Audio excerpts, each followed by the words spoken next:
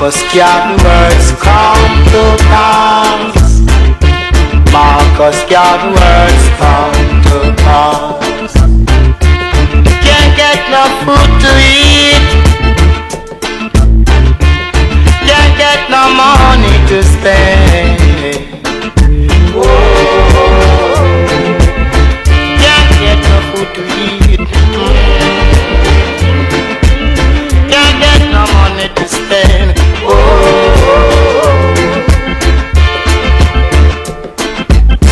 Come little one, oh let me do what I can for you. And you, hello. Come little one, come. Greetings, and race first. Thank you for another edition of the Black Print with the First Assistant President General of the UNIA. That's Raymond Duguay, and I'm at your service. Today, for the very first time in the Hillside Studios, we are blessed and honored to have Dr. Rahman, the most accomplished black mathematician in North America.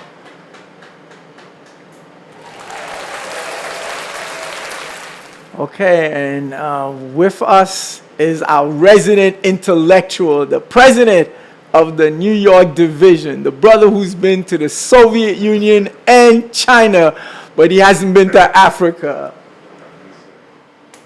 Okay, well, we have a riveting program for you today. And let's get started. Before we do that, hold on. Let's get started. Okay.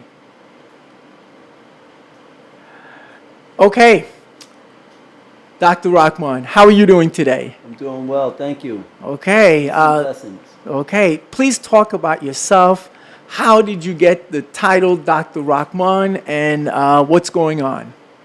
Okay, well, the title doctor came about when I got my PhD in mathematics. Okay. Right, in applied mathematics. From where? Stony Brook, SUNY Stony Brook. Okay. In 2002, right? Okay. And Rahman is a name that is actually a part of my nature. It means I'm gracious. But in Arabic, gracious is called Rahman. It's just a part of my nature. Okay. Before we continue, let's start off with Dr. Abdul Alim Shabazz. Yeah. How do you know him? Who is he? And why should we honor him? And by the way, today's episode today, we're going to be discussing schooling, education, and homeschooling. But start off with Dr. Abdul Alim Shabazz for me. Yes, well, Dr. Abdul Alim Shabazz was my mentor. He was my friend, and he also he married my wife and I, because he was an imam. Okay. In the Nation of Islam. So I met Dr. Shabazz in 1991, actually at Clark Atlanta University, when I was a student there getting my master's degree in pure mathematics. But your PhD is in applied mathematics. Correct. Okay. So I have a master's in pure, a PhD in applied mathematics. And what's your undergraduate degree in? In electrical engineering technology. Electrical engineering, pure mathematics, and applied mathematics. That's pretty good. Yeah, I'll tell you why it happened like that after, but I'll get back to Dr. Shabazz. So, I met him. Let me ask you a question. Why did you choose Atlanta Clark University to do your master's? Oh, so my cousin Jeffrey, now Jafari Allen, he was a student at Morehouse College. Okay. Somewhere in the and late HBCU. Yeah. HBCU is for sure. In the late 1980s. Okay. Right. So he's down there at Morehouse College, and so my brother and I go to visit him. And we was like, wow, we want to, we visited Morehouse, Clark Atlanta, of course, and Morris Brown College, and so I said, this is a place that I would like to come and do my master's in mathematics. Where did you do your undergrad? State University of New York at Farmingdale. Farmingdale, Yeah. Okay. And so I was going to get into Dr. Shabazz, but you asked me this other. But I didn't forget about my mentor and my teacher. So at Farmingdale, sometime so this is still around 1998. I had another mentor, Tyrone Marshall. He passed away, Mr. Tyrone Marshall, and he noticed that hearing me speak at like the Black Student Union, I gave a few speeches there. I was actually partying a lot during that time, but the students would ask me to speak because they said I had something to say about our history and about building the Black nation. That's right. So I gave a few talks there to the Black Student Union. So Mr. Marshall came. He happened to be the faculty representative, because usually student organizations You have to have a faculty advisor. Faculty advisor, right? Mm-hmm. So he came up to me and he asked. He knew I was an electrical engineering student also at the time, and he said, would you like to teach and help other Black students? That's just how he asked. So I said, of course, right? So he makes me a tutor, right? First of all, he makes me a tutor in math. He makes me I'm saying. So you were probably a top student. You at the you time. At the time, yeah. At the time, I was a top student. I ain't going to the other stuff, right? So hold it. So can I assume that you weren't a top student, Brother Oster? Not at all. So how did you get to this stage? Oh man. So sometimes we don't learn when we at the time, but we can. Learning is a continuous arc, right? And as long as you continue to pursue that arc, you'll get there. Maybe not when you should have gotten there, but you can get there and stick with it. Sure. Okay. Okay. Continue, Dr. Rahman. Right. So Mr. Marshall, he gives me it was called the Learning Center. He gave me my own room, board and everything, and he would send me brothers in the sciences that they would take an engineering or the sciences. So he would have me tutor mathematics. I would tutor everything from the pre-calculus up through the calculus. He had me tutoring the electrical engineering courses. Mm-hmm. He had me tutoring the mechanical engineering courses and physics, right? I didn't tutor chemistry at the time. But so he had me tutoring 4 different subjects, like at the same time, because whatever students came in with, I would help them with it, right? But that wasn't my intention. I was just supposed to be tutoring math. But it got good. It got good. It went very well. And many of the students that I tutored at that time were able to graduate on time and things like that. Okay. So then Mr. Marshall asked, he said, you would make a good teacher. You're a great teacher. So, you should consider, going to get your master's degree in mathematics education.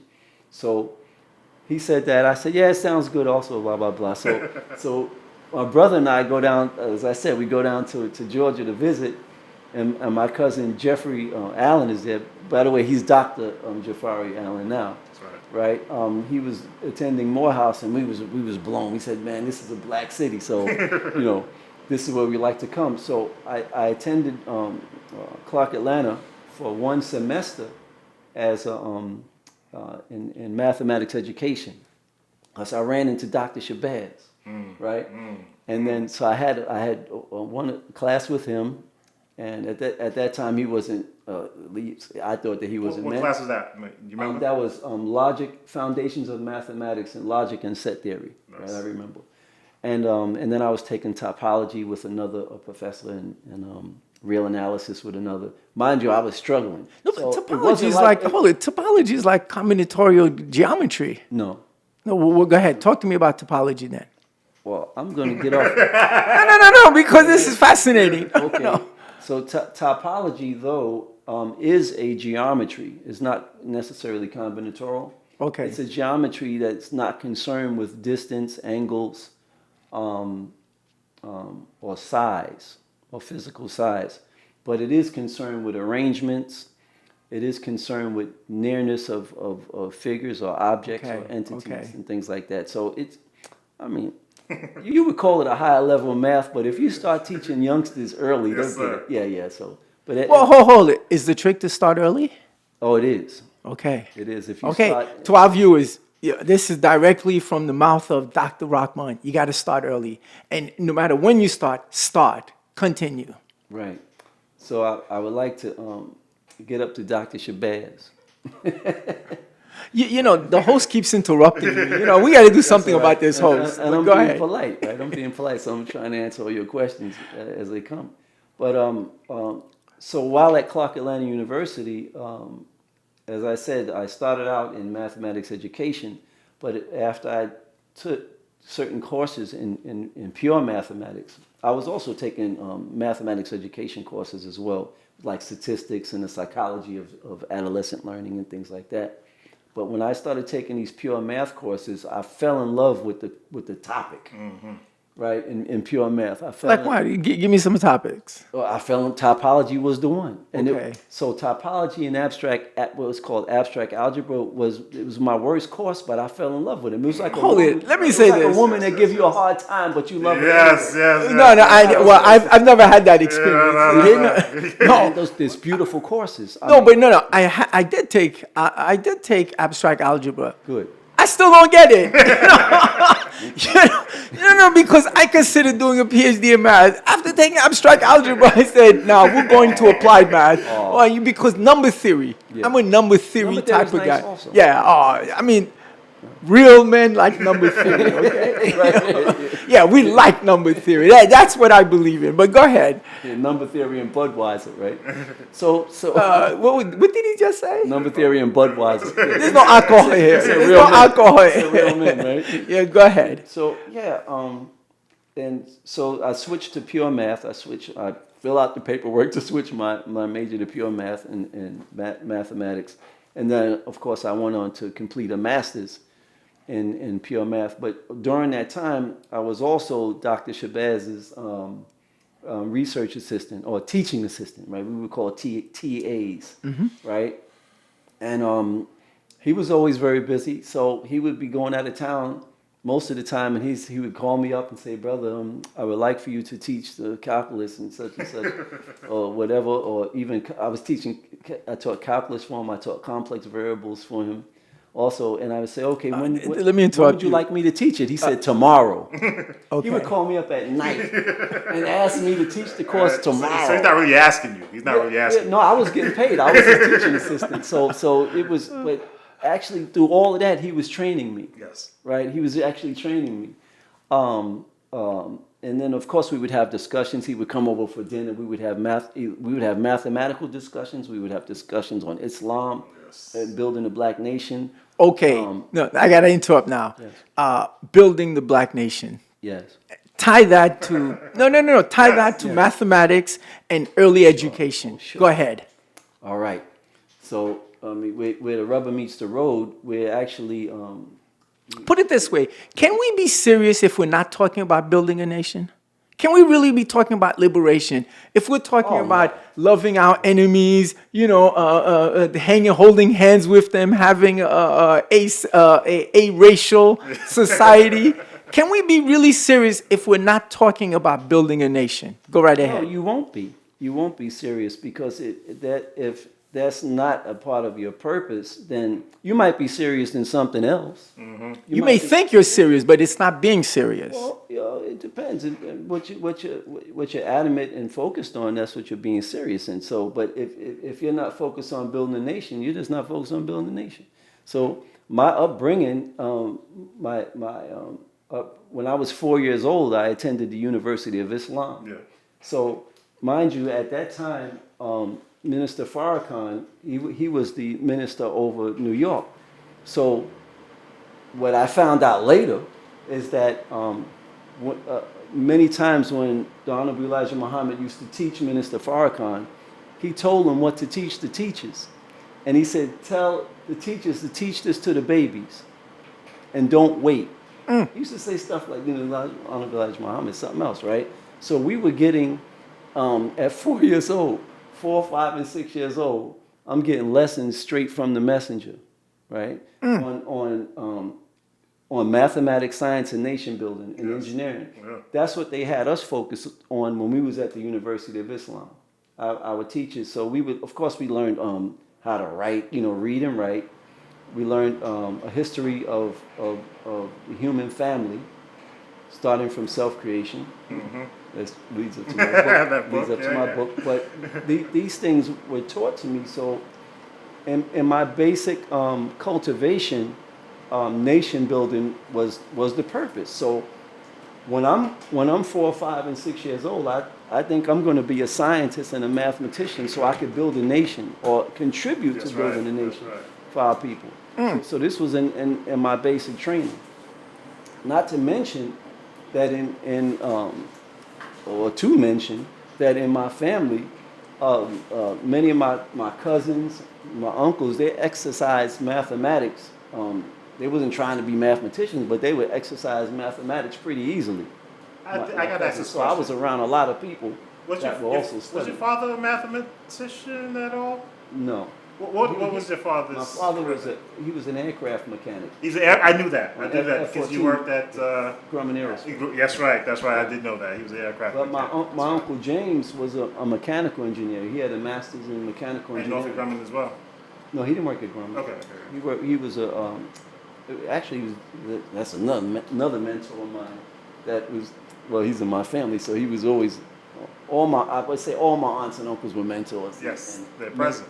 Mentoresses, my aunts, right? So Dr. Shabazz, he was training me, and also to mention that Dr. Shabazz was a minister in the Nation of Islam Of course. from 1963 up to I believe 1978 I somewhere. didn't know he came in '63. I didn't realize he came in '63. But that makes sense. No, he came in like in 61 or something. When I was born in 63, because when he found out I was born in 63, he said, when you was born, brother, he said, the Honorable Elijah Muhammad asked me, he brought me in the nation so I could start a college, Yes. a university. Yes. Right? And he said, but I'll put you over some education. No, he said, I'll make you a minister, and that'll hold you over in the meantime. Yes, all that kind of funny talk. Yes, sir. So Dr. Shabaz's cultivation in the Nation of Islam and my cultivation in the Nation of Islam, it made us like a perfect match, Yes. right? Like I said, we became friends. I'm studying his mind, he's studying my mind. But Dr. Rahman, Yes. is he the real deal? Dr. Shabazz, Oh yeah, in terms yeah. of teaching? That's what I'm gonna get to. That's Okay, what I'm gonna good. get Go to. ahead. Go ahead. Because How did he teach? And wasn't he? yeah. Didn't he take black youths who never liked math, who couldn't stand math? Oh, yeah. And he Including Brother got Rock? them. No. Dr. Rahman was I love already math. he already had an engineering degree. That's true. No, but did love he math. not take black youth who didn't have any appreciation, and he made them appreciate, and he made them mathematicians? He taught Talk to us about that. So in one simple sentence, I would say he taught us how to read and do mathematics, just like you read the Sunday newspaper. Yes, sir. So after my courses with him, I can pick up, and that, of course, I can do it now. But back at that time when I wasn't a mathematician, after taking courses with him, I can pick up a mathematics textbook or a research paper and learn how to teach myself. He taught us how to teach mathematics to our own self. Mm-hmm. So we didn't need the teacher. Then he taught us how to become the textbook, right? He did all of this, right? And he did it in a very natural way. It wasn't through any like high discipline training. He would just be very calm, and he would like speak to us about mathematical concepts. And the way he spoke about it would lead us right into the depth of the concept, and we didn't even know we was up in there, right? And I'm able to see that now because I do that with my students. But it was so comfortable that it made us comfortable with mathematics. The fear of math was just going. Well, I was never afraid of math, but for other students, the fear of mathematics would just go away, But on another note, his productivity level, as far as producing mathematicians in North America, is very high. So listen. Overall, he produced in 1994, around there, he was responsible for producing like 57% of the black mathematicians in North America. I'm one of them. I'm just one. 57. I'm going to call that 60%. 57%, right, of the black mathematicians in North America came directly from Dr. Shabazz or from students of his, right? So here's how it went. In the late 1950s and early 1960s, he produced the first wave of black PhDs in mathematics. So that's back in the day, right? So then through the early right. Then like 63 and up, he's in the Nation of Islam. He's a minister, so he's not teaching or producing PhD students, right? Then the Nation of Islam splits. Dr. Shabazz goes to Mecca, and now he's teaching in Mecca. Okay. At the University of Qura Ara, if I said it right, but it's the University of Mecca, and he starts again. He's producing PhDs over there, right? And then he was asked to come back to Clark Atlanta University sometime in 1988, right? Oh, the split is after the passing of the Honorable Elijah Muhammad. Correct. So in 1988, he's back at Clark. Now it's called Clark Atlanta University, and mind you, I get there in 1991, right? So then he starts. He develops the mathematics department there into a high-powered graduate mathematics system, right? And so students are coming. So another wave of PhDs come out of that time period from 1988 to what's this? 1993. Okay. So I got my master's degree in 1993. Okay. So along with that, so here's what came up. 22 students, men and women, came up and either had a master's degree or a bachelor's and master's, because some students were doing the bachelor's/master's program with Dr. Shabazz, where they could come in as a freshman and then in 5 years have their master's degree in mathematics. Okay. Right, they did that. So we was all at graduation. So that was one of his second waves of producing PhDs in this country. Now back in Dr. Shabazz's history, he did a research on the hydrogen atom. So at the research metals laboratory in Buffalo, New York, he was asked to come up with certain formulas on the on how to calculate the energy content or the states of energy of hydrogen. And is that what inspired you to do the work on fuel cells that you did? No. Okay. No, that came up later with the. I mean, is that part of the inspiration? Not at all. Not at all. In fact, I didn't even know much of his research while I was a student of his. You know, I saw his research papers, but he was more interested in developing us into mathematicians and really forcing us to get our PhDs, because it's tough. Everybody, y'all know when you go to school, it's tough. So he was really focused on generating more mathematicians, black mathematicians in North America, and for the purpose of building our nation. Yes. That still was his focus, regardless of the different careers that people went into, and maybe some of us fell off and didn't get into what you would call nation building. Many of us still made a contribution in our community, besides myself. But getting back to his work on hydrogen, later on, he said he didn't know that he was working on formulas for weapons of mass destruction, because that's what they call them now, like during the Saddam Hussein days. Yes. But when an interviewer asked him, "Well, you was working at the metals research laboratory in Buffalo, New York, on formulas for hydrogen. Didn't you know that it was used for the hydrogen bomb?" He said, "At the time, we didn't know. We're just given," he said, we're given some information that physicists and engineers would have on hydrogen. And he said the mathematician's job was to write these ideas up in mathematical language so that they can be applied, elsewhere. So Dr. he said he didn't know Rahman, he was really developing certain formulas applied to the atom bomb at the time. But that's what I'm saying is that's how far his knowledge really. He's deep. He was No, but this also shows you about power. See, the purpose of higher education, we look at it as titles. We look at it as, your comfortable jobs. White folks look at it as power, that we're going to use this to dominate and control, to always be in charge. That's right. And so, and it's amazing. And Dr. Wilson makes this argument that, it's not the soldier you need to be worried about. It's the guys in the suits and the lab coats, because they're the ones who develop these weapons. These are the real mass murderers.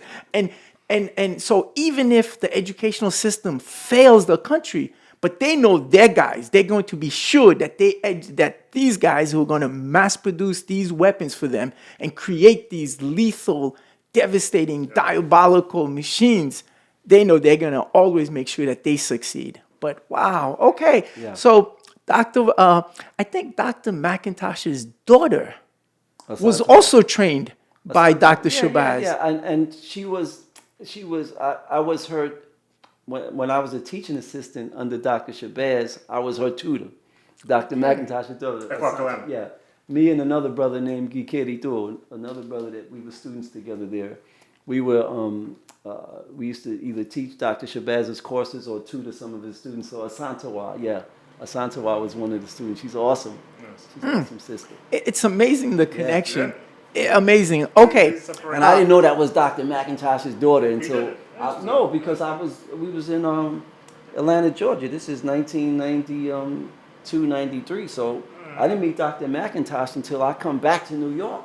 Okay. In like 1998, and Dr. Shabazz is telling me about Dr. McIntosh and the Mayor Giuliani and all that. He's writing these books on Dr. Shabazz and Dr. McIntosh have a relationship. I didn't know that either. Yeah, they knew each other, right? And that's why Dr. McIntosh's daughter went to study under Dr. Shabazz. Yeah, it wasn't a mismatch or by accident. Mine was by accident. I didn't know I was going to run into Dr. Shabazz. Oh, but hold it, you hadn't known of Dr. Shabazz? No, I needed a job. So two things. When I finally moved to Atlanta in '91, I was engaged, right, with my wife now, right? And then, I'm studying and stuff. Well, I just said. And then she says, we're having a baby, right? I'm just telling you how it is, right? So I'm like, man, I need a job. Right? So the work now my work becomes extra hard because I'm not focused, right? So one of the students said, go to such and such hall because they have, for a job, to tutor or whatever. I said, Right. It doesn't matter. And now that, but you were accustomed to tutoring because at Farmingdale, the brother, Mr. Marshall, yeah. Mr. Marshall had already exposed you to tutoring. Go Yes, ahead. but I needed to do it. I had a baby coming, yeah. And so what happened, I went to the wrong room. I went to the wrong hall in the first place. I went to the wrong college place to ask questions, but it happened to be the right one. Mm-hmm. So it did. I met a brother named Dr. Mims who was very exciting. And like my government last name is Sims. He was Dr. Mims, and so when I told him what I wanted, he said, I think I should send you to Daddy Shabazz. That's just how he said it. Now these are all professors and stuff, but they consider Dr. Shabazz Daddy Shabazz. He said, I think I should send you to Daddy Shabazz. So I'm like, I heard of Father Divine and Sweet Daddy this and Sweet Daddy this and that. I'm like, yo, what's up? For real. But I didn't say anything. Because you need a job. But in the back of my head, I'm dying. I'm dying. It's like Living Color or something. He said, Daddy Shabazz. But anyway, so he sends me to Dr. Shabazz's office, and there he is, right? And he's writing as usual. Well, and I told him I would like to, tutor and blah, blah, blah. So he said, I don't have any money right this instant. And so I'm like, wow. He said, but I'll find some. Okay. Just what he said. And he found it. And for real. And that semester, they took care of, the rest of my tuition. And it led me from that to him marrying my wife and I, like I said, right? Okay. To him developing me in mathematics, to him coaching me like through my PhD when I wanted to quit, right? No way. You wanted to quit at one point? Yeah. I wanted to quit when I was getting my master's degree. And my wife, actually, I remember calling her up on the phone. It was a pay phone on P. Burley Drive in Fair Street in Georgia. I called her from a pay phone and I said, I don't know how long I could do this because I'm studying hours at night, right? And I'm not doing well at the time. It was tough. I'm just being honest. Right? And she said, well, look, I'm having a baby and I'm coming down there soon. You need to finish. That's how no joke, man. That's how the phone conversation went. Right. But this is real. It's real. And so obviously I stayed, right? And I completed my work. Okay. And like I said, I was always in love with it. But, when you're going through the struggle and you're swinging and fighting, sometimes, you're like, oh, can I do it? You know, and sometimes you ask yourself, you know, was I made to be an academic person? I want to be an activist. You know, I want to be out there in the street encouraging. And so you really have to make that decision. You come to the fork in the road. But the best decision is to incorporate both. Yes. That's what I wound up doing. There you Right. go. So all during that time. So there's another thing. All during that time, people from the community are asking Dr. Shabazz for help, either private tutoring for their children, or to help set up like a math training camp in the community and stuff like that. Now, mind you, this is still 1992, 93, right? And so Dr. Shabazz would hang up the phone. He says, "Brother, these people in Conyers would like for us to set up, you know, a training center. So we'll go out there together." Finally, I'm just going out there. And then some other people would need help doing something. And he said, "Well, brother, I forget these, it wasn't Clayton County, it's another." He said, "The sister down there needs help with her children." And so he would send me. So that's how that was going. So my feet were always on the ground in the community then, even to the point where we developed a mathematics curriculum for a black school called, first it was called Black Fundamentals Academy, and then it was called Blackstone Academy. And it was that was founded by a brother and sister, Sister Anita Wilson and Kenneth Wilson from the Nation of Islam, and they lived in Clarkston, Georgia. So we didn't only develop the curriculum, I also would teach in the school for them also. Okay. Right? So of course I taught for free, which a lot of people used to get upset because I used to tutor for free. Yeah. So Reverend Norris, he was another excellent mathematician that we call him Reverend Norris. He said, "Man, you have a baby, and you're gonna have another one because anyway, that's no story." He said, "You're gonna have another one." He said, "You need to make some money." So I said, "I can't be charging these people money just for teaching them a few numbers, because mind you, I was just tutoring. I'm tutoring like students that are like 9 years old, 13. What? I didn't consider that high power math. So why am I going to ask for money?" Yes. So what I did start doing, which was funny, I started having the mothers bake me cakes and stuff because they bake. I'm sitting outright, and that's. And what did you do with the cake? I brought it home and ate that. I love cake and cookies. As fat as you are? As fat as you are. That was funny. So it was hilarious. We used to I used to do that. Well, I guess the lesson there is that you always have something to give, right? People never have nothing. Right? Oh yeah, I wanted the cake. Once those sisters that's was baking cakes, they was baking cookies and stuff. So I would ask. So later on, some people would force money on me at the time, and I suppose I should have taken some money, but I didn't give the money back when they forced me. But because I had a family and just being balanced. I didn't but in my mind, the level of math I was teaching to the students, I didn't think it was worth at that time getting $20 for the hour, because that used to seem a lot to me, back then. But at any rate, so that went by, and then once I came up to start my PhD in 1998 at Stony Brook, we lived in Brooklyn, and in Crown Heights in Brooklyn, and there was a school there. Cush Campus School. Thank you. Yeah, that's what I meant, Brother Whitehead. Yes, sir. And so I started training students there, and there is black school, black-owned school, and that was run by Sister Aura. So Sister Aura was she was the wife of I cannot remember her husband's name. So I don't know this person. Yeah, she was the wife of Malcolm X's lieutenant. So another sister in the movement. You see, okay. Mind you, I'm going to get at something in a minute for my own development that happened to me while I was helping in the community.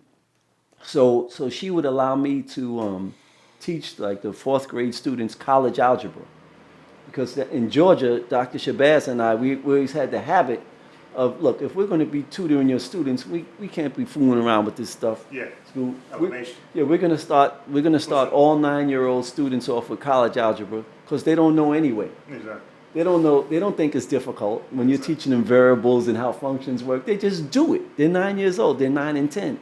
so that by the time they're 12, they could start on pre-calculus, and by the time that they're 17, they can at least do calculus 1 and 2. So we had that habit of. Well, hold it. If We you're had that starting habit- pre-calculus at 12, 13, and you're Yes. saying by 17 they're doing calculus, no, after Yes. pre-calculus is calculus. Correct. You don't need 5 years. You said 12, 13, and 17. No, we take them through it. For instance, when either when I was homeschooling my children or training students that are not my students, that are not my children, Brother Sean, I gave them 2 years of algebra. We're not just teaching them how to push symbols around the paper. You see, we're teaching them how these number systems are created. And you don't get to do that in like one semester, because you're teaching students how to create a subject matter from their mind, right? And how to develop definitions. And when you do that in mathematics, you wind up developing your own definitions, and you determine your own path in life. You wind up doing it. Dr. Rahman, I'm slightly confused. No, I'm confused. You said you foster self-determination. no, by the but way you you're said teaching the subject. you teach the number systems. It takes you 2 years to teach how it? it's created. Explain. Give me examples. So you've heard of real analysis before, right? Oh, they call it advanced calculus. Right. So if you Okay. take Real that, analysis. Right. What's that? That's just a number line, isn't it? I think so. Yes. Uh-huh. People get their PhDs in that because it's not just a number line. It's a whole lot going on. You see, everybody thinks the number line is 0, and then positive 1, 2, 3, 4, Right. blah blah blah, and negative -1, -2, -3, and all that. No, there's a whole bunch of numbers in between. it's a whole bunch, but it's a system. It's a system that's very dynamic. It's a dynamic. The number line really represents some of the dynamics of our universe. Yes, right. yes. So, Yeah, for some reason, I'm not getting that. oh, you didn't see it that way when you was learning it. No, I didn't. That's all right. Brother Rodney, I use this example sometimes with students. Like, what is the Brother Rodney has joined us? We haven't acknowledged Brother Rodney yet. Yes. Peace and What's the blessings, brothers distance Africans. What's the difference between 3.1 and 4.1? What's the distance between 3.1 Oh, the and 4? distance. Yes. Well, when you subtract, you will have a finite distance. But if I go from 3.11 versus 3.111, which is larger? The one where you added more place values. Now, so how long can I continue adding ones before I get to 4? Forever. Forever. So therefore, the distance between 3.1 is infinite, and that's where you see the connection between the universes. It would seem to be infinite, right? See, okay, see, So, to be. so between these finite, here we go. You ask beautiful questions. So between these finite numbers, right? The distance between these finite numbers, you have an infinite process going on, right? That's right. Right. So That's right. in the finite, even with limits, right? You can have an infinite limit that converges to 4. Exactly. Four is Limit a- as x approaches infinity, it gets you to a point. It can get right. It can get That's you right. to a finite point, right? That's and this right. is definitely one of the African principles, because the black man and woman, we are or humans in general. I don't even have to go with that. But the black man woman's good enough. I mean, no, but keep Gotcha. your feet on the ground and look at the universe as it is. It's better. That's how we did it even when we made the other people. We continue to look at the universe as it is. And so in us, we are, since we are spiritual and physical, the physical is finite and the spiritual is the infinite. So we have an infinite. I'm sorry, repeat that. The spiritual, go ahead, is? Pardon, the spiritual is the infinite and the physical is the finite. Okay. So if you figure like the number 4, right? And then I'll just say it. And if you have the limit 4 minus 1 over n as n goes to infinity, right? That's an infinite process. If you stop at any number n, you won't get to 4.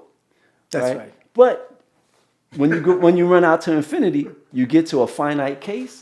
So that's called convergence, right? I'm not saying nothing less than what's in a calculus book. And still, I'm on the number line. I'm still talking about that easy number line that we spoke about, right? Yes. But that shows infinite processes converging to the finite, and that's that's the human being. Yeah. Many of us don't like to look at it like that. Hold it. While you're there, Yeah. talk to me about the topic of self-creation. Because you've opened that door. That's where we're at. Yes. So self-creation is quite an old what we would call African principle in cosmology, right? In the beginnings, right? So most of the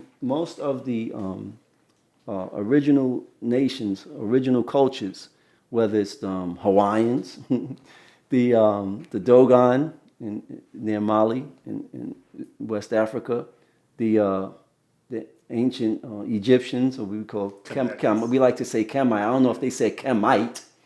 We put that on there. We put the "ite" on there. Right? I know we did. Right? That's English, right? But at any rate, the people of the Indus Valley, which you would call Indians or Hindus over there, in the cosmology of those cultures, God is self-created, right? Yes. Well, but so hold it. How else can God exist? Exactly. He's Right. omnipresent, so therefore. I mean, until man comes along, there is no God. But that's what's interesting. Man is one of the versions of God Yes, in all of those. it has to cultures. be. In You all- know, just think about how else can God be created? And that's the finite that's the infinite conversion to the finite. So if you're working with children and you're taking them through these processes where they're doing limits, as the limit goes to infinity to get to the finite, they'll start asking you, wait, how can a finite thing have an infinite capability? And I say, well, that's the human being. That's right. Right. Our mind has infinite capability. Yes, it does. Yes, sir. Our Yes, self. sir. Our You know, very no, self let does. me interrupt Whether there. we use it or not is another story. His body is finite. It'll go to but dust. but He let is me a say this. person. You could be a billionaire. You could be a Dr. billionaire, but Rahman, you only know how to use $10. That's right. exactly. And Dr. Rahman, this speaks to the greatness of the Honorable Marcus Mosiah Garvey. Think about it.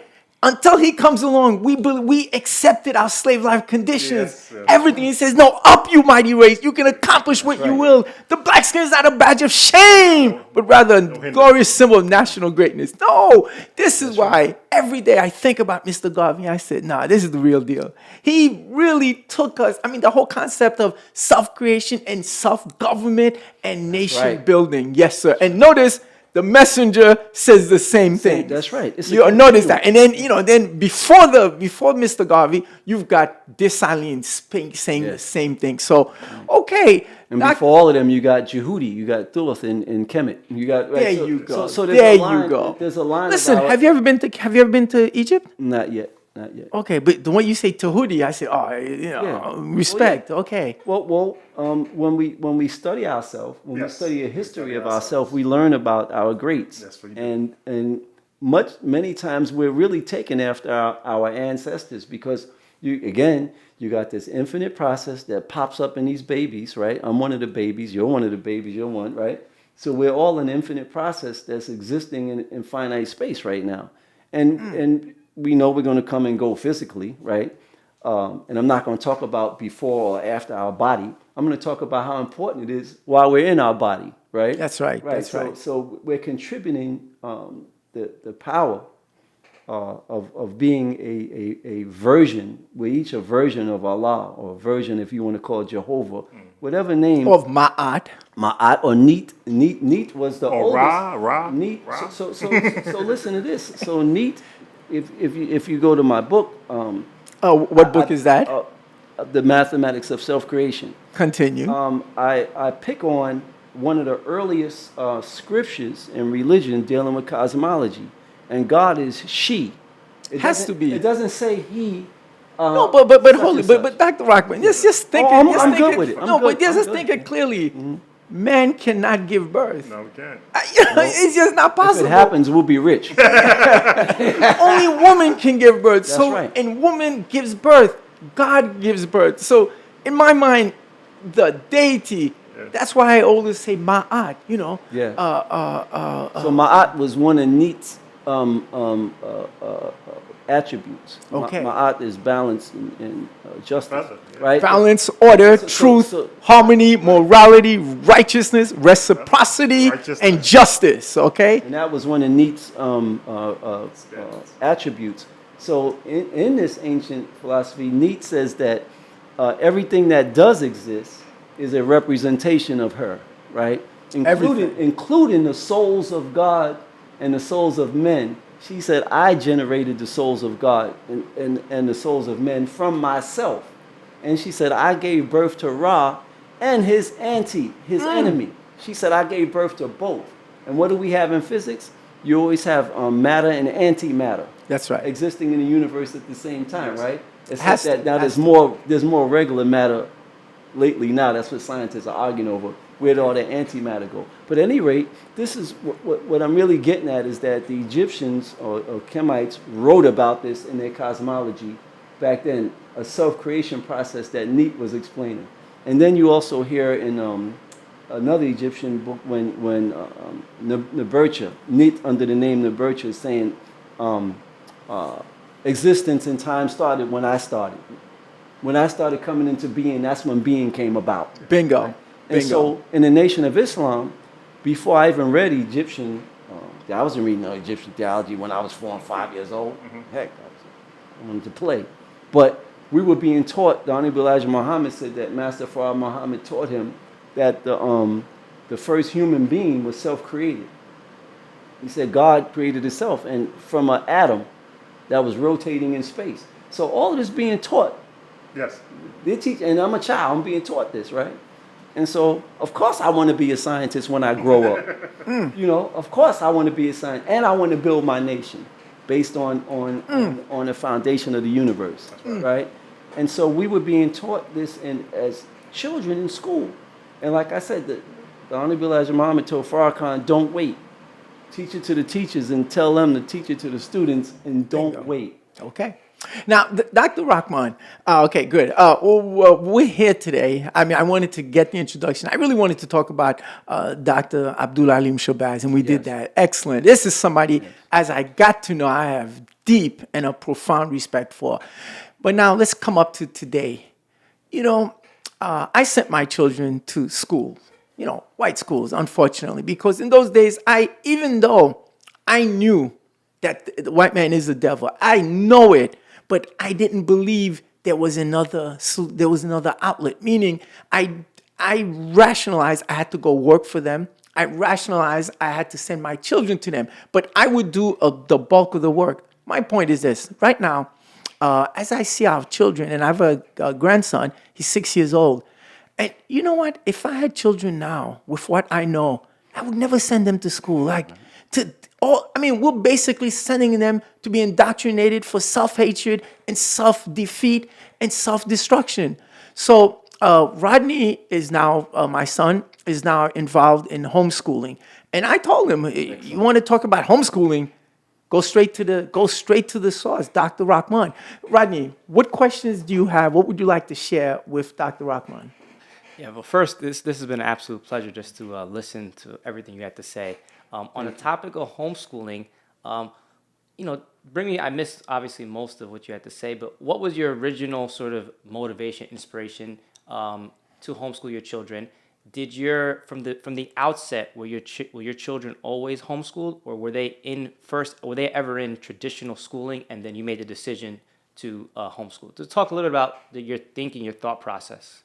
Yeah, so my children were never in traditional schooling until they went to college. Okay. So we started off, my wife and I, that is. So you even did high school homeschooling? Yes. Continue. And mind you, high school for our children was starting at 9 years old. So by the time they're 18, they're already into their college work. We're already teaching them their college work. But can every black person do that? I mean, yes. You got a PhD in math. No. But just think about it. I mean, it's got to be a lot easier for you. The regular black man and black woman, are they able to homeschool their children? Yes. Go ahead. So my wife doesn't have a PhD, even though she helped type my dissertation because I'm sure she's more involved. No, it was bad. That's another story. I didn't know how to code this thing. I had to code in something called LaTeX to write. That's the coding that you write textbooks in. Okay. So my wife learned it for me, by the way. And so I had to say that. So my wife and I, we had the mind to homeschool our children at the onset, and we wanted them to be able to be proficient and creative. I keep saying the word creative. We wanted them to be proficient and creative in mathematics and all of the sciences and in their gifts. At the time, we've seen certain gifts that they had, but more gifts would show up later. But at any rate, we knew that it would be best for us to cultivate our children's gifts, and we paid attention because we wasn't experts on homeschooling when we started, not experts now, but we paid attention to the way they learned. And since I had been teaching college students, and I taught some high school level students before, and I taught 8-year-olds and stuff, I paid attention to how people learn at any age, right? And that shows you how to enter a subject with the children, how to enter so that it's not abrasive to their mind, it's not, it's not a drag even, they don't get bored.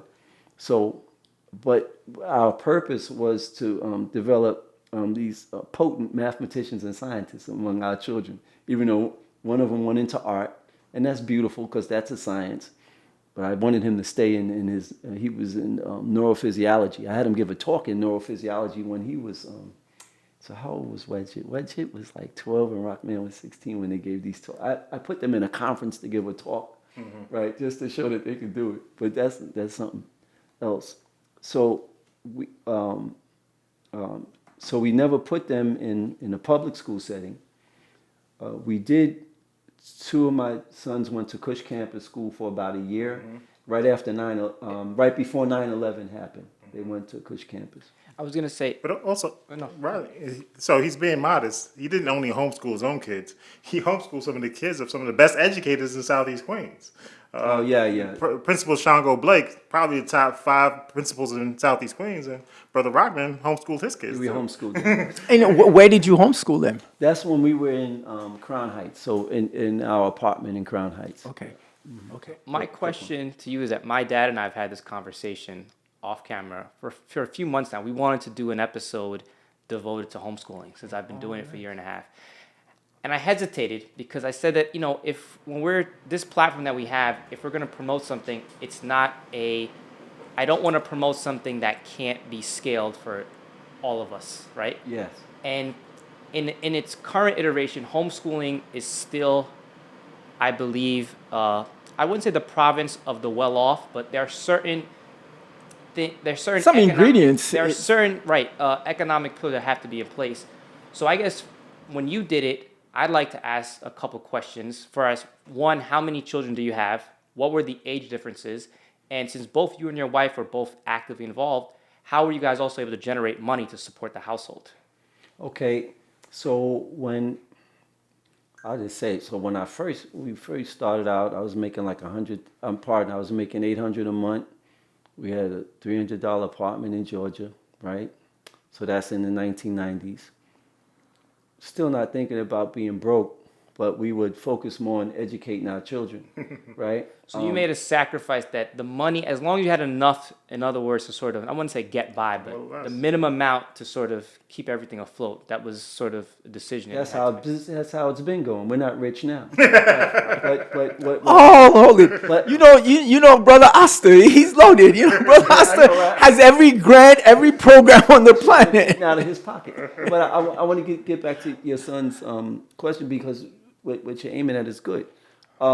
So that by the time we are, even homeschooling other children with mine, because I had 2 sons at the time. What are the ages before my daughter was born? So at that time, they were like 8 and 10 years old. So you have a total of how many children? Oh, it's 4. 4 children, 4 boys? No, 2 girls and 2 boys. One daughter, my oldest is my stepdaughter. Okay. Right, but I didn't get to homeschool her that much because I met her at 13. Fair I enough. did help her in her mathematics. Sure. It had to be.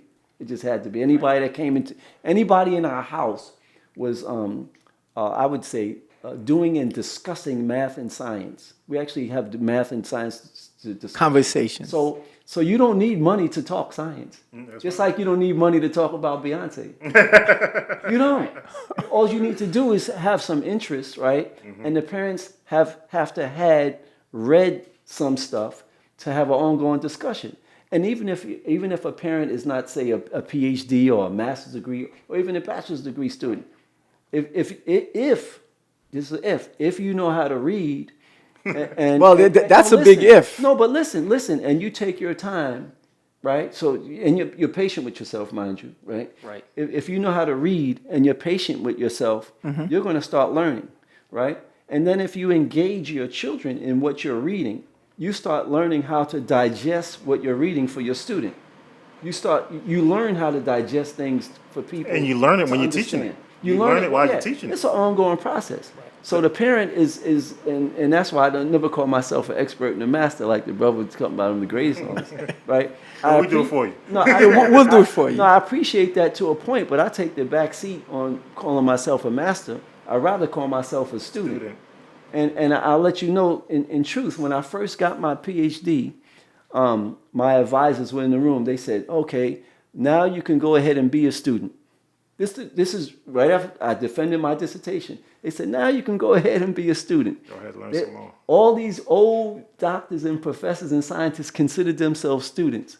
And whenever you ask a real scientist what he's doing, he says, Study. he doesn't say I'm a master, this and that. He says, we're currently studying and investigating such and such a thing or this and that. Right. Got it. They're careful. The more you know, the more you realize you don't know, and the more you realize you need to know more. The Honorable Marcus Mosiah Garvey teaches us if you lack confidence in self, you are twice defeated in the race of life. So you got to believe you can do it. So it ain't got nothing to do with any kind of degrees you have as a parent. You have to believe that and be confident. Yes, I can read. But I have the ability to learn if I don't understand. Oster, that's a big if. Yes. No, because now what's happened with all this social media, the TikTok and the Facebook, the limited reading that we used to do, it's out the window. I'm just amazed. People just don't read anymore. No, they don't. All they do is watch videos. They don't even read what they're typing. I mean, it's really, no. Teachers, everybody's, they want quick blurbs on things. Yeah. But, and also patience is the other thing. I'll get to that. Patience is a big deal. Because No. I categorically disagree. It's not a big. It's the only deal because the patience is everything. Right. Because if you're going to with patience, you'll stick to the thing that you're trying to understand, and right. eventually you will. Right. You don't have to have any big schooling to get this done. I would argue patience is a function of the belief, right? If what you're pursuing, there's an unwavering belief in it, the patience is the byproduct. Eventually this will work out. Right. Question. Yeah, you have a belief. Question. Tell me if I'm wrong. That when you have students who struggle with math, isn't the idea to get them to not quit as quickly? So the difference between students who do well and students who don't is how long they're able to stick with a problem that they don't understand. Correct. So if they give up in 5 minutes versus if they give up in 10 minutes versus they give up in 20 minutes. No. So you want to... You're right, but you're not right. I'm going to show you the problem. Yes, sir. It's a lot more complex Yes. than patience. There's socioeconomics involved. Mm-hmm. You follow me? And there's the upbringing. There's the whole environment. What I realized, and Amos Wilson gets it right. Mm-hmm. He says, forget about the ABCs and the 1, 2, 3. All the other groups of people, they have that mastered. Mm-hmm. What we need is to build the self-esteem. Oh, the confidence. Yeah. That's another thing. And if you notice, in the Math Academy, we spent a lot of time reading. Yes. We spent a lot of time discussing, Yes. having them explain what they just read. Right. All of that was to build confidence, build does. self-esteem. Once you do that, the math is, And- even a guy like me can teach you math. And Rodney can speak to this. Brother Raymond, he believes in the pressure process. So he puts him under pressure. It's like a drill sergeant. And so by the time he gets a process. That's a part and of so it. once you get through that, That's a part of it. this is easy. I think it'll be helpful for you just to get a little bit of my background to show what was my motivation to get into homeschooling. My son is 6 years old. Initially, my wife was actually working, and before it became in vogue, I was working from home. Now everyone works from home, but this is before the pandemic. And full disclosure, I'm only able to work from home because I work for the family business, right? Which is my mother, who's a doctor, and I handled the billing, which was at first I was actually doing that in office, and I still had other aspirations. It took me a long while to buy into the family business. Because my thinking was, even before I was a Garvet, before I was race first, I never wanted to depend on my parents. I never wanted to ride my parents' coattails. Right. But at the same time, as I got more mature, there's a clear distinction between riding your parents' coattails and also contributing to the family business. Right. And I was able in my mind to justify, okay, just because I work for the business doesn't necessarily mean I'm riding my parents' coattails. Anyway, I say all that to say it took me a while to finally work for my parents, for my mom specifically. And when I first started doing it, I love you, Mom, with all respect, I absolutely dreaded it. I was working the front desk, right? It was dreadful, but it was an opportunity. And as I was working there at the front desk, I would check all the patient insurance, and they would come in, they would be seen by the doctor, and then they would exit. And I would do this for a couple days, and I know my mom's business was successful, but I was wondering, I never see money change hands. Where is the money? But I know the business is a legitimate business, and it's thriving. So I'd ask my mom, when do we collect the money? We collect the copay here and there, but where's the bulk of the money? Right. Oh, that's billing. I said, what's billing? Well, we bill the insurance, and that's how we collect the money. Mm-hmm. It was like a light bulb went off. So I said, well, show me how does the billing work? Well, there's this piece of paper that we use, and we write all the patients' names, and there's a whole stack in the corner, and we give it to the biller. In a couple months, she'll have it done. The process did not make any sense to me. And I said, there's got to be a better way. Long story short, that's how I transformed the billing. And as I started doing billing, now I can work from home. Because my whole thing was to work with my mom, but not get so absorbed in it that I couldn't have other aspirations and ambitions. Sure. So the billing was my ticket out. So I was like, great. Now I can still work for my mom, but I can do it at my own leisure from the comfort of my home. And then my wife now, we had our child. We were living in a different part of Brooklyn. And at that point, we had our first child. Our only child in February 2018. Okay. We were living, for all intents and purposes, in a rundown apartment in Bushwick, Brooklyn, right? And every single day, my wife was harassing me. When are we going to move out? When are we going to move out? And I said, well, baby, the money's got to come in first. I can't just ask my mom for a loan or anything. The whole time, again, a credit to my mom and the success of the business, she had 2 practices. I was only billing for 1 practice at the time.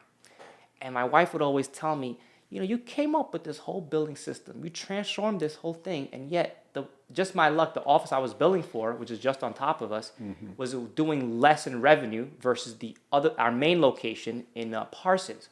So my luck, the other woman that was doing the billing, she was doing billing for the bigger location. Right. So by virtue of that, she was making more money than I was. Okay. And that always bothered my wife. So you came up with this whole billing, you transformed this whole thing, and someone else is benefiting off it more than you. And I'll admit, it started to get at me a little bit. But I said, you know what? Eventually, things will work out. Right. Turns out this woman that was doing the billing was not honest. She was doing some unscrupulous things, and eventually we had to push her out.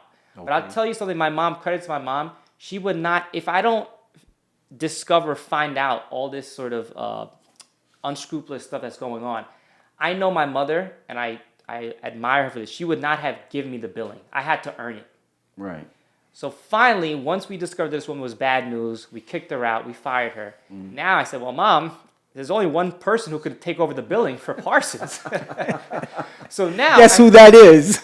So now I'm doing billing for both locations. Right. And at that point, I tell my wife, okay, we can move now because the money's there, the economics are there. And this is why I love what Marcus Garvey and UNI stands for, is that we can sit here and talk all day about movements and culture and information, but the economic base has to be there. That's for sure. It has to be there. Yes.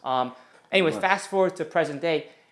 I guess I'm wondering how you were able to, because we talk homeschooling, let's just talk about a schedule.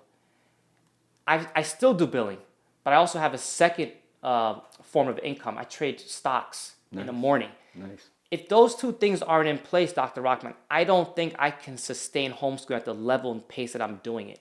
Right. So that was sort of my question to you, is I don't, and I know you, it sounds. So scheduling, So scheduling is nice. But my wife, she never worked outside the home. Okay. Right. So that's good. And so homeschooling is always going on. Did both of you do equally involved in the homeschooling, or was it mostly your wife? Because I didn't realize she was always home. Mostly my wife. Ah, okay. So what and even it's my wife was, because my children are grown now. It was, we developed our curriculums together. We would So you didn't use any software, because now the way the homeschooling, there's a. I didn't have software when I started. Remember, Right. I'm not saying remember. There was software available in the 1990s, but not so much. But I didn't. The better question, I'm sorry, not so much software, but when you first started homeschooling your children, this was in Georgia or in New York? Georgia. Okay, what are the regulations? Because here in New York, if you decide to homeschool your child, for example, up until the age in which your child turns 6, you can do whatever you want with your child. You can keep them home, you can send them to childcare. It's only until the academic year in which your child turns 6, where you have to formally notify the city of what your intentions are. So are there similar regulations? You're laughing, but are there similar regulation in Georgia when you were doing this, or no? There weren't. Yes, but I never. My wife and I never notified the city at all. Okay. But we did, and we had a schedule for our children, and we had a curriculum for them, which was a college curriculum. Right. Okay. So here's how we did it. For instance, at 6 years, because you said 6 is that critical. Right. From 6 years old to 9, they started learning like junior high school level work. In all subjects or specifically math? Specifically math, because that's the easiest thing to teach children early. Okay. Right. The reading and writing was always going on. I mean, my wife, they read at night before they went to bed. They were writing, they were tracing, all this kind of Same thing we're doing now. It just goes on and on, right? Right. So really not trying to match the public school system or their schedule, but we had a schedule, right? And we had a curriculum again, so that by 9, now they start to be able to write a term paper like you would write in college. By 9 years old, okay. Yeah, and 9 years old, because they can write. They're writing all over, writing on the wall and all that kind of stuff, even when they're 6 years old. You know how that goes, right? Well, you'll see, right? And so by 9, they can write term papers, and they can also do college algebra. We also did experiments we always did hands-on science. We never did textbook science first, and then lab. All of our science started with the labs, and then we read the textbooks. For instance, if we're teaching biology, right, I would go to the butcher, the halal shops, right, and I would get a goat's head, split it open, and we would analyze we would analyze the brain, the goat's brain. I would get the heart, the heart, and they would dissect that for science, right? Okay. And anything that they dissected and studied under the microscope, then I had a college level biology book for them to read. Right. Because they already did the science, now they could read about it. So I didn't have them reading about science first and then doing science later. Sure. It's artificial.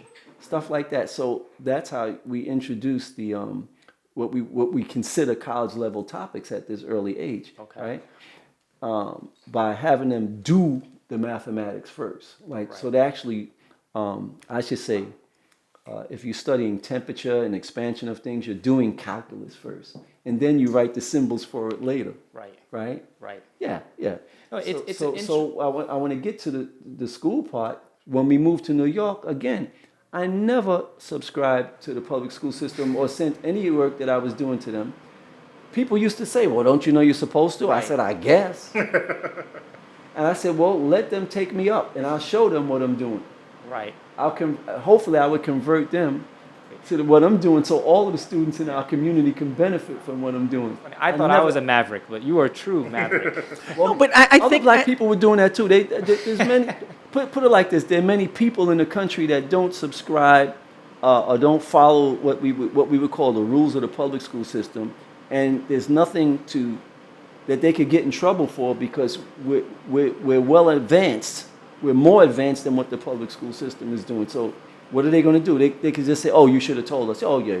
I would say that. I wouldn't be brash, but no one has ever come to me with any problems. And then by the time they're ready for college, I just had them take the SAT exam because you just pay for that.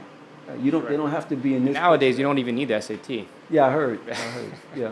That's what I'm saying. It goes up and down. So we don't subscribe to that kind of system, right? But rather we teach them, we have them doing the science, mathematics, history, and language arts that they need to be successful in the world. But you had guidelines, yes?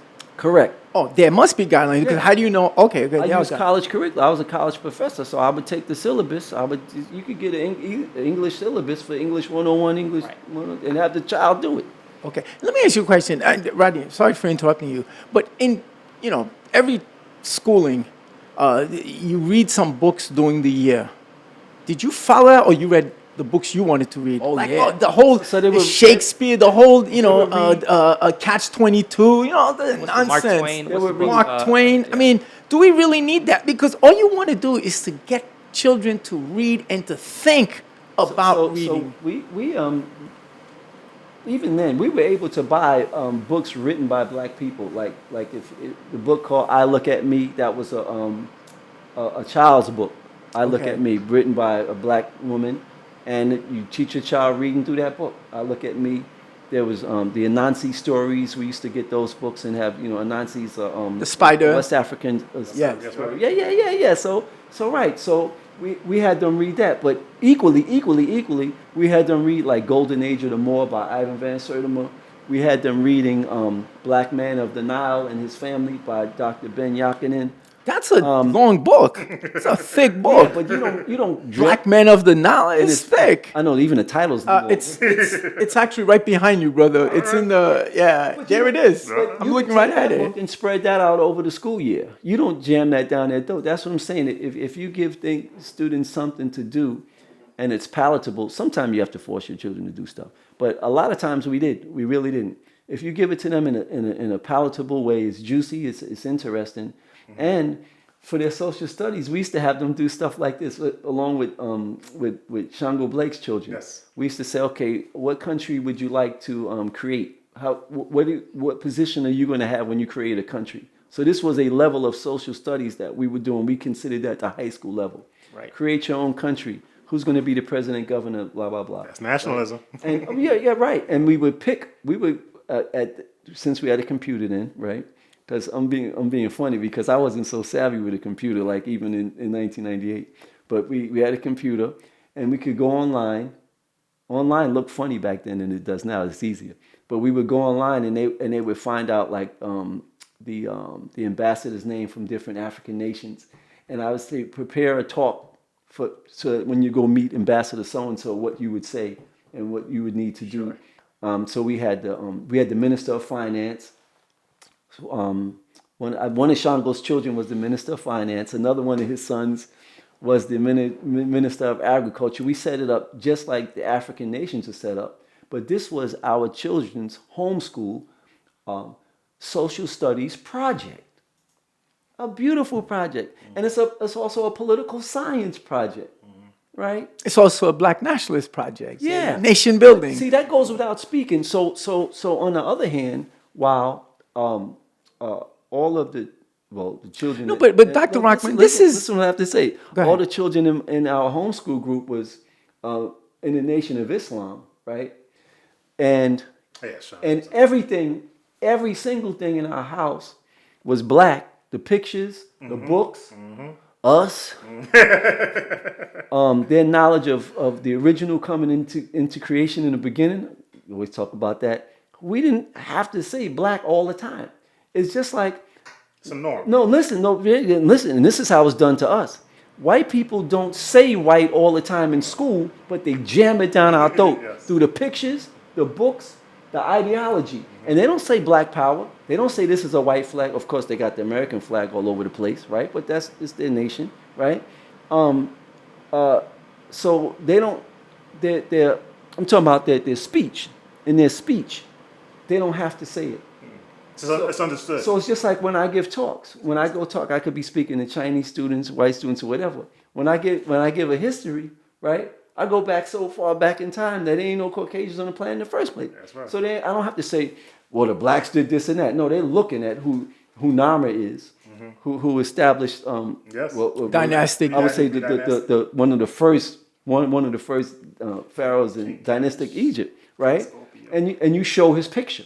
Right. You show his carving, right? You show the actual carving of Akhenaten's mother in Akhenaten. You show the pictures because I go to museums. I take the pictures. Brooklyn Museum has a nice piece. The nationalism is there already, and I'm teaching the children. when you build your nation, what are you going to be in it? When you build your nation, what are you going to be in it? Right? So we already established the part that the original man and woman is God. We established that early, right? And in our prayers opening up, we have that. You see, we don't have to say it every 5 minutes, but we already established that we God, right? I'm just going to be outright at this point. You talk about controlling an environment that they're exposed to. Yeah, So then now we're more based on them exercising their ability to be God in public. That's what we're exercising over and over again. We're actually, it's like when you go to a gym and you keep working on a certain bicep so you can build it up and you work on that. Muscle memory. Yeah, then you look like Brother Oster. He's all built and everything, right? You know, That's up for debate. Big time debate. So what we do in our program, whether it's homeschooling, whether it's, I'll get to the clean energy program, we're exercising the students' ability that they already have. Yes. Right? They already have these mental biceps and stuff.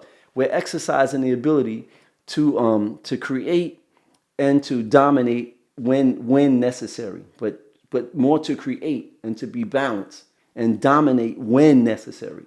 You see, so these things and that's what I want to get at now.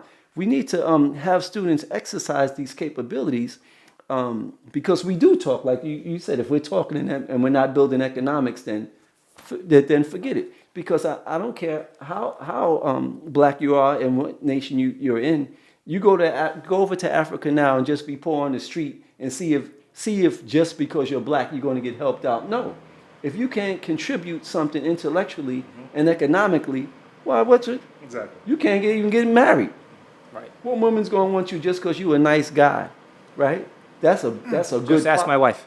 That's a good part of it, but the economics is definitely okay. You have to have banking. That's why we had the children exercise what it would be to be a minister of finance. We had them do that for social studies. They actually did it. Excellent.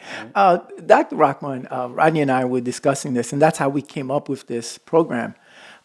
He said, he's involved, and he just read, or he reads a lot of times these brand new systems of teaching children how to read. Rodney, run with it. So yeah, this is a true story. We're in June 2024. Maybe about 9 months ago, I have a subscription to, I'm not going to state the name of the publication, but a non-black media. And the front page headline was that the New York City Department of Education, the New York City school system, rather, which I believe maybe second to Los Angeles is the largest school system in the country, is going to institute a earth-shattering, groundbreaking new initiative to promote literacy amongst our youth. I said, wow. And remember, I'm in the thick of homeschooling. Right. And I don't know about you if you felt this, and maybe because I'm still sort of somewhat, figuring it out, captured by the system that it's almost a competition. I like to see what the children are doing at my son's age and kind of compare, just have an idea. I'm a little competitive by nature. So I always kind of like to keep an eye on the competition, so to speak. Okay. So when I'm reading this article, I'm starting to get excited. Oh, let me see what new methods they're learning. Maybe I can learn a thing or two, or let me compare it with what I'm currently doing. Right. And I'm reading the article, and he said this brand new initiative is going to revolutionize the system. It's going to promote literacy. And the new system, we're going to teach kids the best way to read is to sound out the letters. I said, that's it? They're going to sound out the letters. That's a brand new, earth-shattering. And this is the new way. They call that new? That's phonics. That's phonics. Dr. Rahman, this is not a parody. This is not a joke. If we could, send the link out, I kid you not. There was even a name for this initiative. Almost like a... They give it a new name. Right, like a rebrand. This is a new initiative. Right. And they said, this is the new way. We're going to teach kids how to read. They're going to sound out the words. I said, that's called phonics, no? Right. And then it's old. The better question that you have to ask yourself is that... what have they been doing? If this is the big announcement, the earth-shattering way, what have you guys been doing for the last, 10, 20, 30... How else have you been teaching these children? Right. And I read that article and I said, I think I'm going to keep doing what I'm doing with the homeschooling. No, you told me about it. And I said, no. And I said, but hold it. But the whole concept, and that's why I said to you, if I had children now, with what I know, immersed in race first, immersed in Garveyism, I would never allow them to go to school. But can everybody do that? That's the, Right. I think that's the question. That's the challenge. So it could be done better when you, of course, when you're doing it together. In an ideal case, yeah, if black people, like 5 black families get together, maybe a few mothers or possibly a few fathers are home and they could help. So that's like the ideal case. I agree with that. It's not true for everybody. The way I'm doing it, and it sounds like the way you did it, is that I think, and I'm very bullish on homeschooling. Don't think I'm not, but I think that if certain components aren't in place, if you don't have your teaching background, if I don't have the my parents and the luxury of working from home, the model in which we're doing it, I don't know if we can scale it. However, there is a model where we can democratize homeschooling for all black parents. The way in which you did it, the way I'm currently doing it, I don't know if it's a model that can be replicated at scale, if I'm being honest. Yes. That's not to say it undermines what we're doing or what you did. I just think the economic reality is not the case where black parents, those that do have the desire to homeschool their children, they can't decide, you know what, I'm just going to quit my job and do it. I don't think the economic reality is in place. Before you answer that, Rahman, but in the meantime, we have to do something. Sure, absolutely. So that's why we started this Math Academy. Right. And as I said, but we should expand it.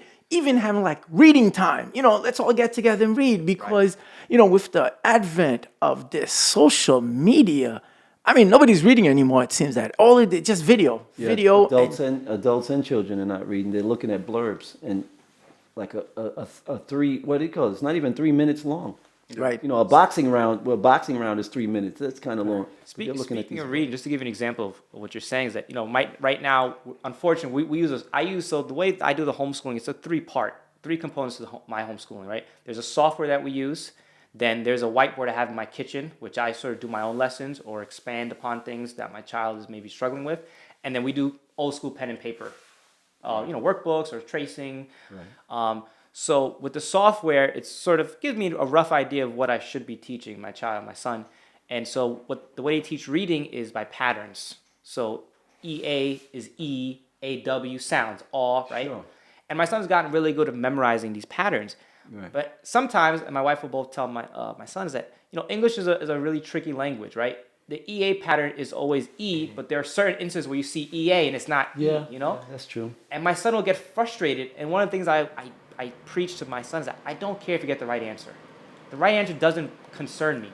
It's the process. Right. What is the process to arrive at that answer? Wrong or right or wrong, it doesn't matter. Yes. So, for example, look at the word READ, right? According to the rules, right?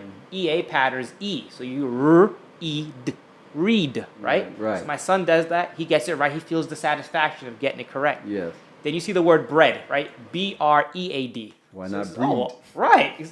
Right. So it's these little sort of moments that as you uncover them, you start to understand how to teach. And I lost my train of why I wanted to mention that.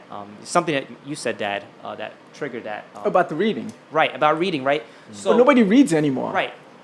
My point to that is that no one reads and understands sort of the mechanics of reading. So as I see my child starting to read, I'm telling him, now I understand. The rules are important, but I told my son, after a while, you can memorize all the rules, all the patterns. The only way your brain is going to advance in reading is just by reading all the time. Correct. That's it. Correct. You can sit here and study you got to read. Correct. So that's what I spoke about doing. If it's going to be whatever the field is, doing the thing on a pretty regular basis is what brings you up into proficiency. And flexibility when something is not the way you've been studying it, right? So that's why I spoke about even if parents don't have time to be home all day because both may have to work, right? We like you said, we did sacrifice. My wife would tell you, right? We had family to help us, but our family wasn't paying for our food day in and day out. And you guys were also doing the bulk of the cooking too. All of it. My wife cooked hard. That's why she's taking a break nowadays.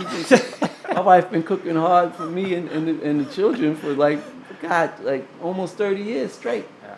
And I only mention that I because cook too, though. I like cooking. I love it. Do you? But while I'm out functioning, No, hold it. Are you vegan cooking or nasty fat saturated nasty meat? fat saturated, nasty lamb, nasty. I got steaks in the refrigerator right now. I want to get home to have my steak. I don't want to interrupt the meeting based on these steaks, but my steaks are waiting in there. That's not a joke.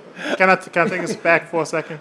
I know you also worked with Joe Mack on some problems, Attorney Joe Mack. Yes. So can you tell me about some of the work you did with Attorney Joe Mack? So we didn't get to open our work up, but we had discussions in Harlem. So Attorney Joe Mack's up in Harlem, and he brought me and another brother. I don't know. And how It was Melvin, but Joe. And how does Attorney Joe Mack fit in with physics and math discussions? Oh man, He's an attorney. he's an attorney, but he was also a physicist now. Bingo. Right, up straight. Right, he was a physicist, and so his idea outright, he used to tell me that he wanted to focus on training young black men in mathematics and science, and because he said the only way we're going to have stable black families is if I this is what I'm speaking what he said. So, and it's fine. The only way we're going to have stable black families is if the men are educated in mathematics and science, and they go out there to become physicists and they get their PhDs. So that's the only way? That's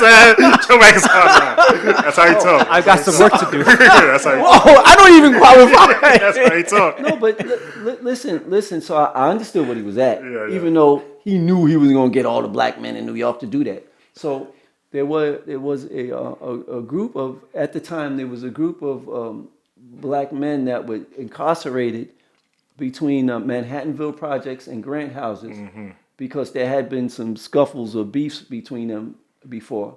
So at one time there was a sweep. They call it a sweep, and the cops took up all these black men. So Joe Mack had an idea. He said if he and I develop a program to teach mathematics and science to these young incarcerated black men, he's an attorney, mind you. He wanted to write an appeal to release those black men to our program, right? And we train those black men up. That was a start. That was his idea of starting. We never got to do any of it. But since you asked about that conversation, excellent. Yes. And the brother was on fire. He's a genius. He was on fire with his physics, and he's on fire with his purpose and function for raising a black nation. Yes. Right. So you brought that up, but we didn't get a chance to go any further. Yes. And he's he got to be like almost 90 years old, right? Yeah, he's in his late 80s. 88. Yeah. Joe Mack is 88? Yeah. Looks pretty good. Excellent. So, but back to your point on keeping like how we could have this training on the ground and have our families participate in this. So some of it is economics and having the the economics to keep feeding your family and keeping the roof over your head while you do this. Some of it is that. The other part is I'll go back to patience and actually carving out your time to train the babies that you made, right? And what I mean by carving out your time, my wife and I didn't have a lot of time with each other, right? Oh, that's non-existent. Right. Well, no, we made it exist now. I need to take some notes from you. Turn this mic off. I'm saying we didn't have while we were coming up, right? Most of our time was shaping our children, and then when other people saw us doing that, we were working with them. And mind you, we're not rich. I'm not bringing in no big dollars. So in 1998, I'm getting my PhD at Stony Brook. I don't have it yet. I'm not making that kind of money, right? So most of your income at this point is through tutoring. No, so I did get some. I got some money. Oh no, I had a position at SUNY. I don't mean to be invasive. I'm just trying to listen. map Good. it out. I want to. I want you to hear this. I had a position at SUNY Farmingdale, but I wasn't getting paid a PhD salary or a master's degree salary. To tell you the truth, I was getting paid a salary enough for me to feed the family and study. Okay. Right?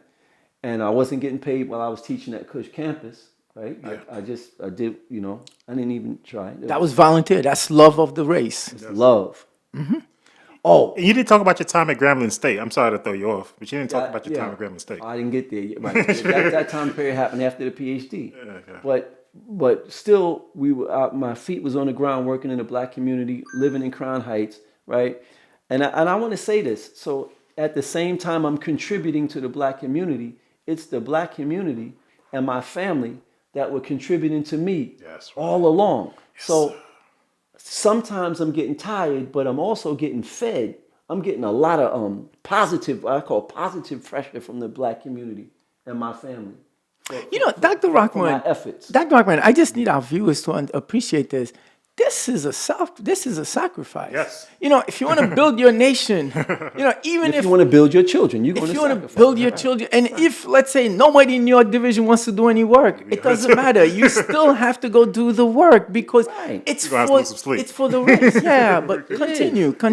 It is. So our time that we most of the time carved out was for our children's cultivation, because for my wife and I, if we wasn't doing that and our children wasn't being cultivated, we wouldn't care about our romance time too tough, right? I mean, I'm being real. And most women are like that anyway. Most mothers are like that. If their children are not stable, you might as well forget about the romance. And y'all could go out to dinner and she'll be looking at the ceiling while you're talking to her, right? I'm serious. Because it matters. Because the woman is looking at the totality of this picture.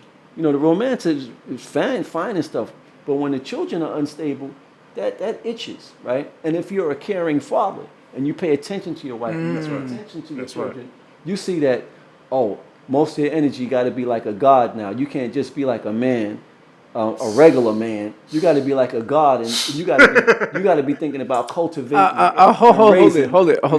The three of us know about this. Brother Oster, you're responding as if you have children. As if you have. I do. They're all our children. They are all our children. Not that he has acknowledged. They are all our children. And I spend a lot of time with children. Exactly. So let me say this. So Brother Oster, in 2015, I met Brother Oster, and he has helped me on the queen side, which is a tough side. He has helped to promote my program for students. He's gotten me parents who brought their children to me to teach a clean energy program that I started in 2011. And I'll speak about that also through my Uncle James. And my cousin Yvonne's out there, her father. The Uncle James I'm talking about. Yeah. Oh, that's okay. He's the one. I heard a lot about him. Yeah, right. A hell of Whoa, this is like a family reunion here, right? Yeah. So, but let me finish with Brother Oster first. So Brother Oster has been involved with the students, and also while I was teaching the students in this clean energy program, which is hands-on. We do hands-on science and hands-on mathematics, right? Oster sits in the class and asks questions, just like he asked me that deep question that led me to answer. He led me to answer your question because really I didn't know how to answer it that well until you asked again. So since I'm a student, I paid attention to Oster's lesson, and I retorted to Brother Duguay. Okay. That's actually what I did in this chair, right? So Oster would sit in with the students and actually watch how they're thinking and ask. And learn from the students too. And learn from them, and then ask me questions on their behalf. You know what? Questions on their behalf, and it caused me to explain things to them that I would never say before. Let me say this. The greatest joy is to teach and tutor because you learn. That's the biggest. When I was teaching my children, they couldn't understand. Why is Daddy so excited? Because I got to learn this. Yeah. Like this was. Yeah. I said, really? I never knew that. That's right. So, but they look at you. Oh, he knows it all. But I was learning it. You're learning from them. Okay. So anyway, getting back to Brother Oster's point. So the clean energy. So in 2011, and this is what came out of Grambling State University. So I'll quickly say, so for 4 years, I was the chairperson of mathematics and computer science at Grambling State University. So while Louisiana, Grambling, Louisiana, the football college, right? So you're well funded.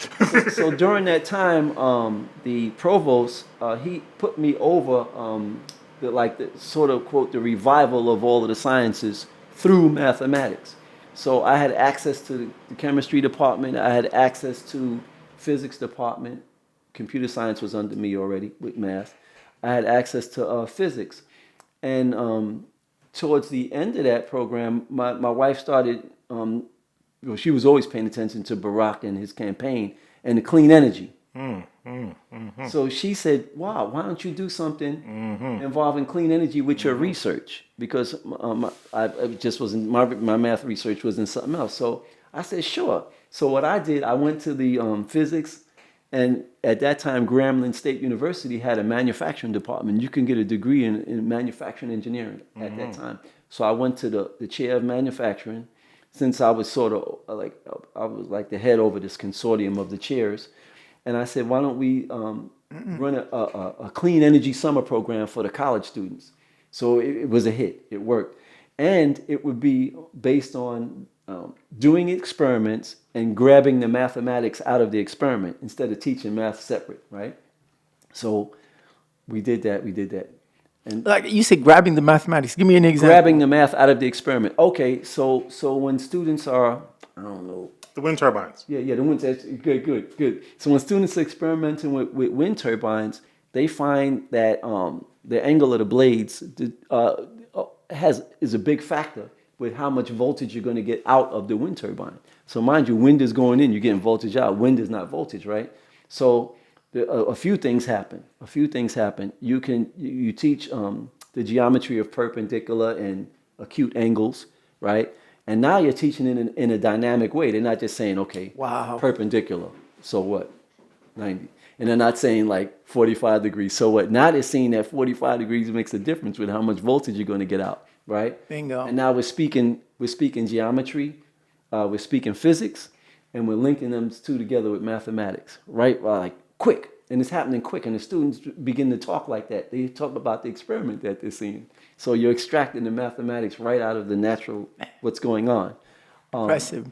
So we did that with college students. So by the time that we moved to New York in 2009, my wife is saying, why don't you do that as a community program? So I'm saying, I just moved up here. I was tired, right? I'm always getting tired. So I just moved up, right? It was so you left Grambling. Yeah, I left Grambling to work at Borough of Manhattan Community College. And you also brought Dr. Abdulrahim with you from Lincoln to Grambling. That's a long story. We don't have time for the book, but no, not that. But his steak is. He's got to take the steak home. So I want to stay focused on like the really development of children. Yeah, I want to stay focused on how we can develop the children today. More than I want to talk about history. Yes, sir. The history is good, but if students can create from themselves today, they'll be making new history. So what we did in 2009. So my wife wanted me to do the program in the community. At the same time, my uncle James, right, was who then was a retired mechanical engineer. And a retired command sergeant major in the National Guard, right? He said, "Hey son, what do you think about doing a math tutoring center, and we could do it in at Howard houses because at that time he owned. Well, So this retired engineer and stuff, he owned. The Howard Avenue apartments on Howard Avenue in Tapscott and Sutter. Yes. Right? In Brooklyn. Yeah, in Brooklyn. Okay. And also a group of apartments on Pennsylvania Avenue. Okay. Economics again. Right, yeah, straight up economics. He wasn't jiving. So engineering and economics is him. So you mean the double E? Engineering. Whose father participated in Whoa, hold on. Whose father participated in Marcus Garvey's program. Really? So I never met my Uncle James' father. But I asked my cousin Yvonne because I heard. And she said, yeah. So my cousin Yvonne's grandfather was a part of the Marcus Garvey. UNIA member. Yeah. Bravo. So you see all this full circle, right? So anyway, Uncle James, he originally wanted me to like do math tutoring in one of his buildings. He said he would set up a center down there, right? And then so I let him know what my wife was saying to me, well, why don't we just do clean energy, and I could still build the math in that, and they could learn solar energy, hydrogen fuel cell technology, and wind energy, because those are the three main components that we experiment with. And so he said, fine. He went with that, right? Because, I mean, he's an engineer. He knew exactly what I was talking about as I was speaking anyway. Right. So he funded, right, through the 715s Veterans Association, he funded our program for 3 years. In 2011, he funded it. And what's another? 2011, 2012, and 2013. Okay. He passed in 2013. So they funded this clean energy program, but on the Queen side. It never made it to Brooklyn while he was alive, right? Okay. So on the Queen side, they funded it for 3 years. At Andrew Jackson. Yeah, at Jackson, I'm pointing out as if the school's down the block, right? It's called the Magnet School now. We did it at Jackson in 2013, right? And after that, then I would meet Joe Mack, and I would meet Melvin. How am I forgetting my great friend's name? Melvin. He was a journalist. He was a retired journalist from ABC News. Melvin McCrae. Okay. Right. He was a retired journalist from ABC News that had funding to do journalism programs in Manhattan for young black students. But he said, I kept thinking, I said, wouldn't it be better if they did engineering instead of journalism? He said, I think that they would have a better chance for themselves and at building something. And building the nation. But this is what he said. Even though journalism is a big deal, because Yes. I mean, what you put on in ink and on that camera is a big deal. Show the screen. But yeah, what you put in ink and on that camera is a big deal on shaping folks' minds. Right. Yes, sir. But he wanted me to do the engineering piece, so I did it. So he found funding for me to do this clean energy program. We call it the GREAT program, Green Ready Alternative Energy Program. That's what we called it at the time. Green Ready Alternative Energy Program, because alternative energy is clean energy, right? They was going back and forth between whether to call something clean energy or alternative. But at any rate, we taught solar technology and science. We taught wind technology and science and hydrogen fuel cell technology and science. And we also taught the mathematics and theory that went along with those. So it was hands-on and theory. And most classes went, if we did it during the summer, we did a 4-week program, 4 days a week for 4 hours a day. No Fridays. I don't teach on Fridays. Students don't want to see me on Fridays. Summertime, right? If it was after school, we would do it twice a week, like a lab. Like you have a lab class in college. Twice a week, 2 hours a week, 2 hours, a lab, right? So Melvin McCrae, he found funding for us to do that. So we did it at the A. Philip Randolph High School at City College, where students got credit for that. They got career credit from the Board of Ed for that program. Okay. We also did it. We did the program at Columbia University in 2015, right? So I'll speed it up, right? Then we did Brownsville. We was in Brownsville at the Central Brooklyn Economic Development Corporation. That was with Sister LaShawn. That's Sister LaShawn in Brownsville. Okay, so Minister Henry's wife, Sister LaShawn. Minister Henry. Okay. Dr. Rahman. I wanted to talk about today right quick. Okay, go ahead. Today. So now I'm working with Sister Colette at the East New York Restoration. December 12th. That's right. Yeah, a part of, right, exactly. And we're now doing our certification. So now I'm currently a student again. I'm taking a solar and battery installation course. And then we'll be going to Colorado to finish up with the lab. We're doing the lab for that course in Colorado to learn. Mm-hmm. And then we're going to open up this September with, we'll be a certified solar training center in East New York. Nice. And that's East New York Restoration. We'll be certified for that. And we'll be taking on young black men and women to be, and we'll be training them to sit for their national certification. Nice. To install solar panels. Correct. They can be installers when we finish with them. Okay. Correct. Nice. Okay. So that's the kind of hands-on stuff we're doing. You see, in our community, still Nation Started building. back before I didn't have babies. I was going to drop out of school, right? Remember, I was going to quit and stayed with it. And still, the community feeds me, and I feed the community. Okay, we're going to wrap up now. But Dr. Rahman, we in the UNIA, New York division, we have intentions of 2026 opening our own school. Yes. We're going to use whatever is available, meaning the charter school, whatever. We'd like you to build it for us. Well, I can assist. Hopefully, I'm here. Okay. Good. And you've got able assistants right here. Oh, sure. Brother Rockman has plans on moving back to the motherland. So, Oh, which part? The motherland's it's 12 million square miles. Yeah, I'm fascinated with Tanzania. Okay. My wife likes Kenya better, but that's another story. And we've been to Costa Rica twice. We've been looking at property there. But at any rate, there's enough students here that I train that will easily help. Perfect. That's all we need. Okay. Brother Oster, can you please do a promo for all of our palm cards? oh, brothers and sisters, so much going on. But, Show the palm cards. Go ahead. But first up, we start with August 3rd, Saturday, August 3rd. If you live in Brooklyn, this is for you. Please come out to Prospect Park. It is our glorious Flag Day, the red, black, and the green, the Black Liberation. So come out. That's at 5 p.m. at which Prospect Park. Ocean and Parkside. Prospect Park is big. Ocean and Parkside Avenue entrance. That's at 5 p.m. on August 3rd. Okay. Now, what about July 20th? July 20th. For my Queens folks. Now, if you, we encourage all of you to come from boroughs, but we know if it's where it's most convenient. So in Queens, we're doing our first ever annual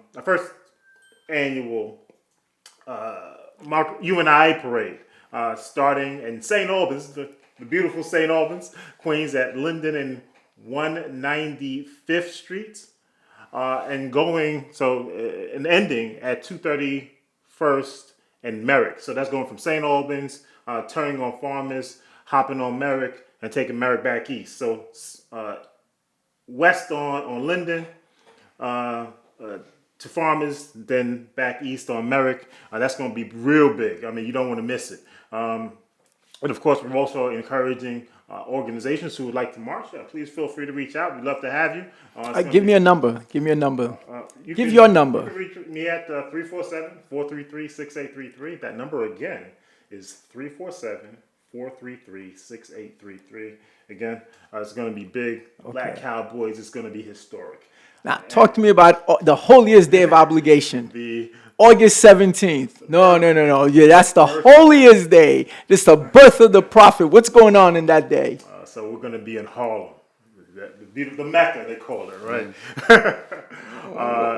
Starting at Marcus Garvey Park, going up Adam Plain Powell, across on 135th Street, back south on Malcolm X, a.k.a. Lenox Boulevard, and culminating at the State Office Building. But actually, we're going to be at the State Office Building all day. It's going to be a big festival. I mean, bigger than big. We're going to do Carlos Cruz proud on that day. So, again, August 17th and July 20th are both Saturdays. Actually, August 3rd. They're all Saturdays. So, it's the month of Mosiah, August. Make sure to be there. So, and we're in the, no disrespect to the Bronx, and no disrespect to Staten Island. We're in those boroughs. We're in the major boroughs, so you have no excuse. Please come out, support, and as always, race first. Okay, now Rodney, give us a promo about next Sunday, June 16th at 5 p.m. at Restoration Plaza. Brooklyn is back. No offense to Queens and all those other boroughs, but Brooklyn is the best borough, and not because I live in it. It's always been the best borough.